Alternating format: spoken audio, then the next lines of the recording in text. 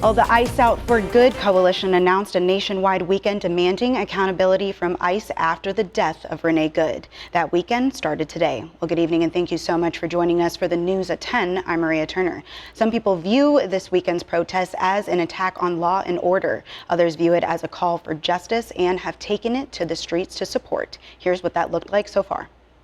Particularly the invasion of Venezuela and then the murder by an ICE agent in Minneapolis is just, it's too much. Demonstrators gathered in cities across the nation today, including outside the White House, to protest ICE and federal immigration enforcement. A coalition of advocacy groups says more than 1,000 ICE Out for Good protests are scheduled nationwide, calling for ICE to leave local communities. The demonstrations come as outrage grows over the fatal shooting of Renee Good by an ICE agent in Minneapolis.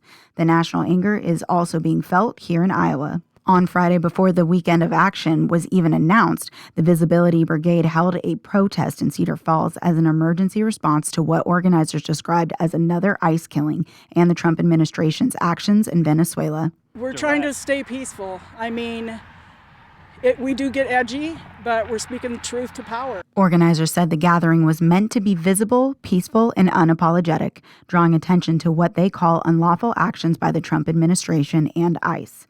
On Saturday, Invisible Lynn County Metro took action with a silent vigil in Cedar Rapids, and in Dubuque, a group gathered not in the name of action, but in the name of peace. And I thought it was important to give the people of the community an opportunity to express perhaps their frustrations what's with going on the last two events. A walk for peace through downtown gave residents a chance to voice frustration and stand in solidarity.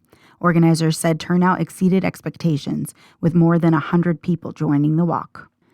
But I was very encouraged. I think I counted roughly more than 120 people that took part. So, it's a good sign that people are aware of what's going on in the world and they want to make a difference, even if it's just participating in a march like this. After the walk, participants gathered for warm drinks, shared snacks, music, and remarks from Dubuque City Council member Katie Wethel, along with other speakers. I am extremely grateful that an elected council person would step up and defend our interests and speak up for the good of the people. The Dubuque Walk was sponsored by Veterans for Peace Chapter 161, Dubuque Peace and Justice, and Dubuque Coalition for Nonviolence. Well, protests are expected to continue the rest of the weekend with an ICE Out for Good protest in Iowa City tomorrow starting at noon.